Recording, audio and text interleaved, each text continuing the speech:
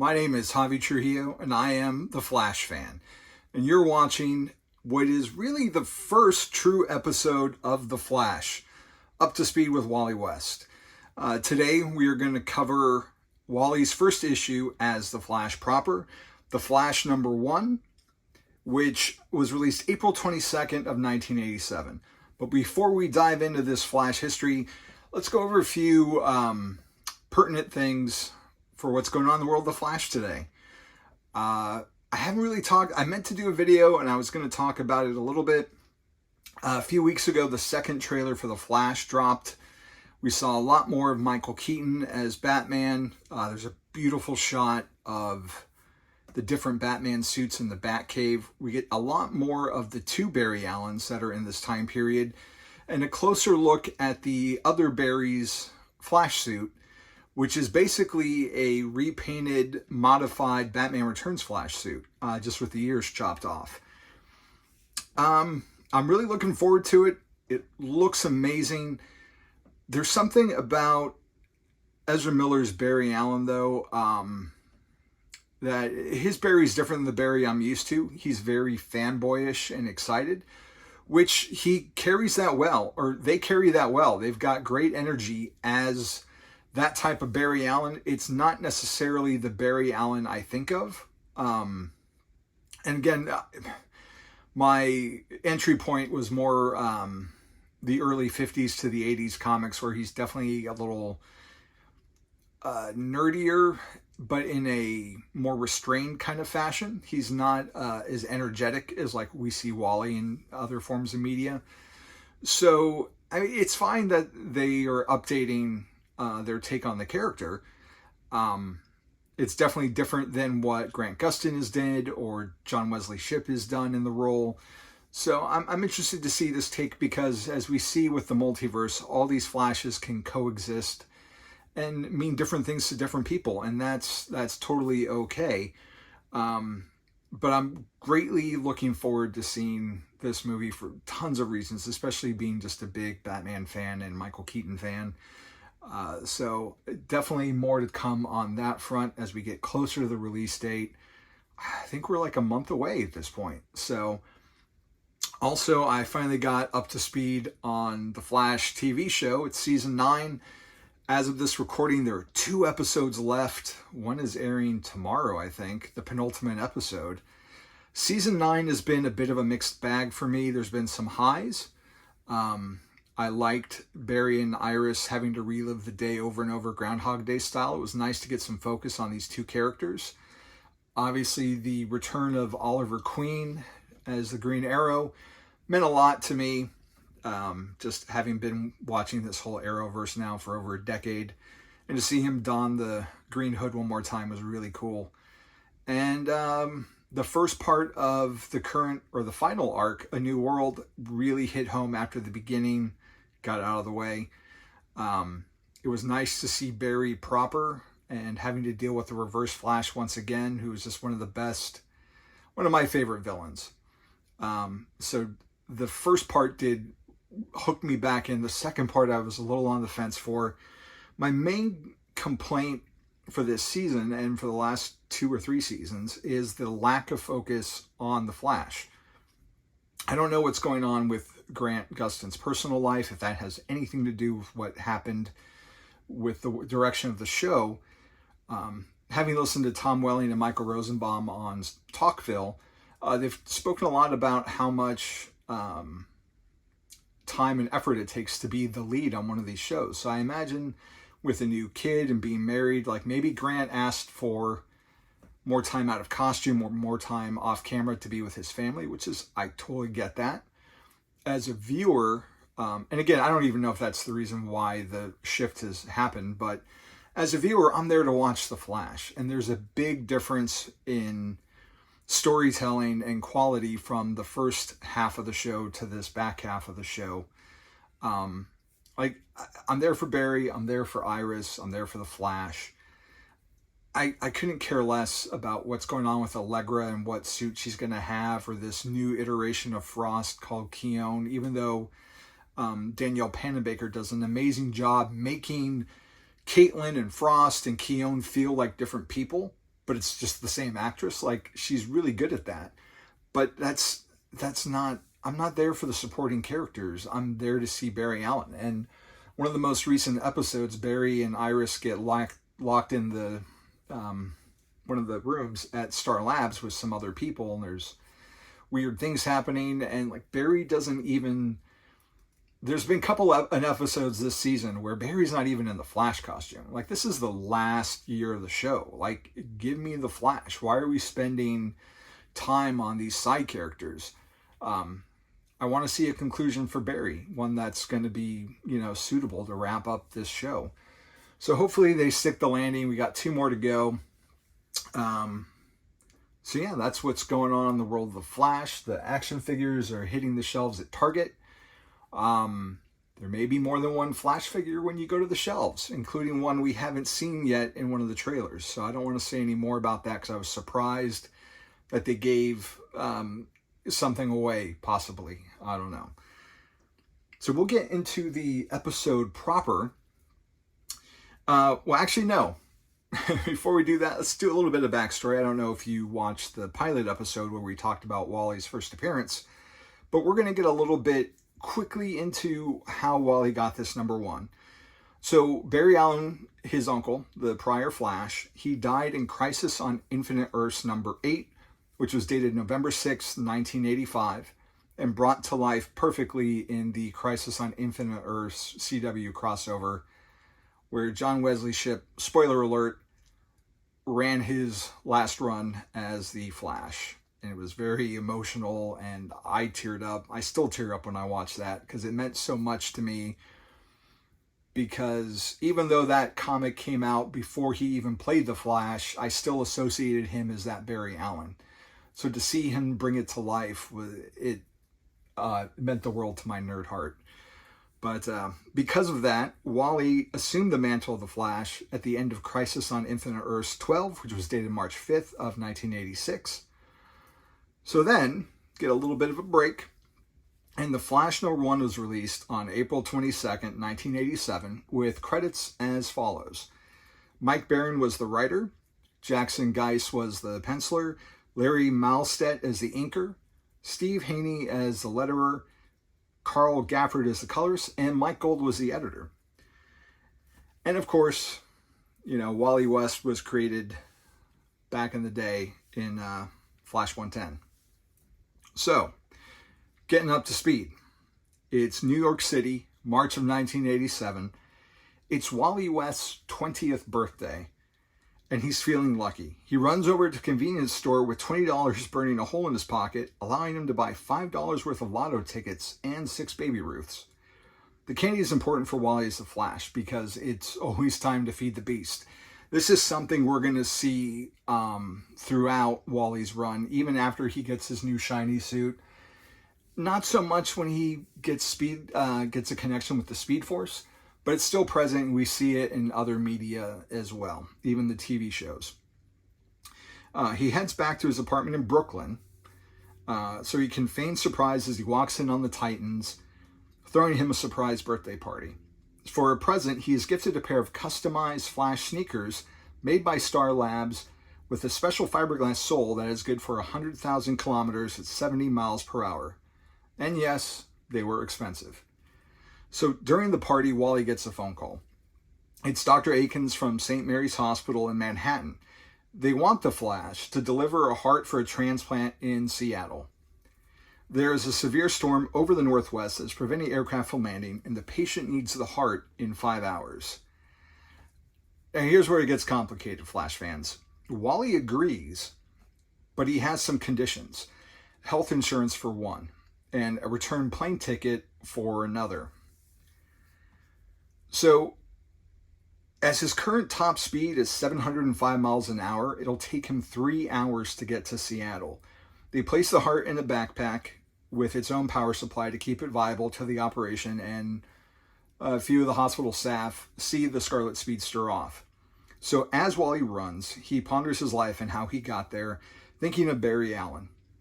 As he crosses Wyoming, he spots something out of the corner of his eye, 2 men fighting.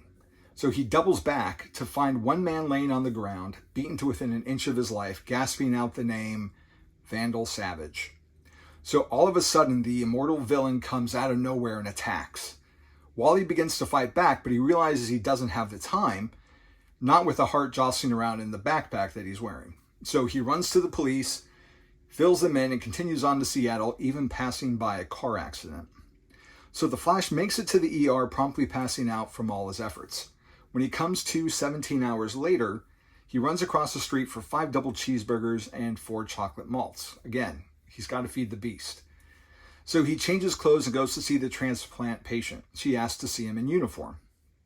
Given that the patient is writer Eugenie Hegstrom, who not only wrote fiction but nonfiction about European histories, Wally asks her what she knows about Vandal Savage. It's all tying in now. It's all connected. So Wally catches a plane home, one that gets hijacked in midair because apparently that was a thing in the 80s. It actually did happen a few times.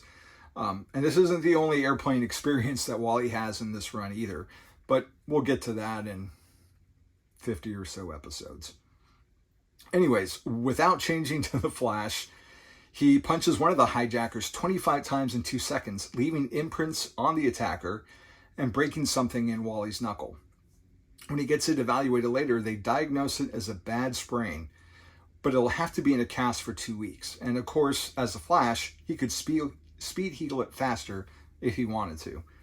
So when Wally finally gets home, he turns on the TV just as the lottery numbers are announced. All of a sudden, he's a millionaire. So reeling from his sudden wealth, he finally spots a gift on the table. He opens it to find a heart. Ejecting his costume from his flash ring, a voice bellows out for him to put it on. It's Vandal Savage, and the issue ends.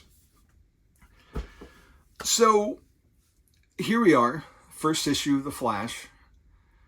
It's got a great cover of the Flash racing to get some jets, which is appropriate given how we learned about his speed and his top speed. It's not my favorite issue of the Flash. There is a lot of... Wally's not the best character in this book. And that's the thing, though, that I love about this character is he starts off in this very specific place. And as we go on, he grows tremendously as a human being. And that's what I really love about him. He's not perfect. He's dealing a lot with the weight of the legacy of the Flash on his shoulders. Like we clearly see it in the middle of the book when he's thinking about Barry. And that's something that's going to haunt him for a very, very long time, at least the first 79 issues of this run. And all throughout too, like this is a new change for everybody, not just him. There are several times in the book where people call him Kid Flash and he's like, it's just the Flash now. And even later when people go to say him goodbye, they're like, good luck, Kid Flash. And like bystanders like, hey, it's the Flash. He wants to be called the Flash. Just roll with it. So one thing I found really interesting too is they tried to add some science to the science fiction, and that all the calories in, you know, the weight loss is like calories in, calories out. And the same thing with him and his super speed. He burns so many calories using his powers that he has to ingest an ungodly amount of food. Hence the 6 Baby Ruths and the 20 chocolate shakes or whatever it is later.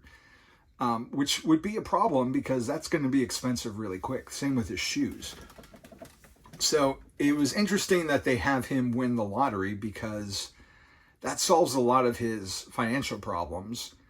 But for a character like Wally, who just turned 20, it also creates a lot more of a problem for him later on. But again, that's a tale for another episode. I really liked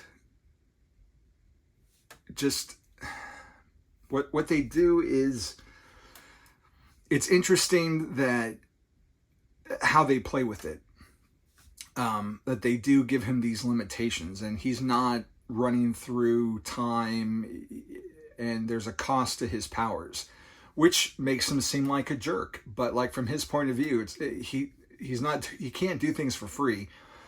he states in the issue that like everybody else, at the hospital gets paid to do what they do. I need you to pay at the very least for some health care and for me to get to and fro, because unlike we may have seen in Flash's past, like he can't just get there instantaneously. Like there is a big cost to him running across the country. So while I see his point of view, he definitely comes off as a lot of a jerk in this issue. But it was cool to see the Titans as a nod to where he came from. The Teen Titans and the new Teen Titans were a pretty big hit for DC at this point in the 80s. So it was nice to see connections with Donna and Cyborg and Beast Boy. And they'll show up on occasion, especially Nightwing. Like he and Nightwing are pretty close. And much later we'll see Flash's relationship with Speedy, with Roy Harper, evolve and go through some trauma together. But like I said, it's not necessarily my favorite story just because of how Wally is as a character, but it's a good story in setting up this version of the Flash. And I could see how it would be a turnoff if you're used to wholesome Barry Allen, goody two-shoes Barry Allen, and then get this very selfish Kid Flash, no Flash character taking over the book. I liked that they had Vandal Savage. Vandal Savage comes in and out of the first 50 issues or so of this title. And he's fought Jay Garrick, he's fought Barry Allen, he's immortal. So I knew who he was beforehand, so I liked seeing this continuity of Vandal Savage in the book, even though I don't necessarily think of him as a Flash villain, just a greater DCU villain at large. I appreciated seeing him take on the Flash, because what does it mean to him? Whether it's Barry or Wally or Jay, he's been around for them all. So I think even though he doesn't have super speed, he's a good villain for this first arc. The art overall I really enjoyed. I think the whole team did a great job depicting the Flash and how he uses his powers. It's not quite Carmine Infantino level, where lots of, like, the speed would just melt off of the Flash in the latter 80s Carmine Infantino artwork. Here it's a little more reserved. Occasionally the lightning bolt flips around from how it's traditionally used, and that always irritates me. And it's not just this artist. But overall, I think it's a good-looking book. An interesting premise to set it up. Not a lot of action, but it definitely ends with a good cliffhanger. And, the thing with Wally being a millionaire is going to play out for a long time in the book. So, like I said, it's a solid start.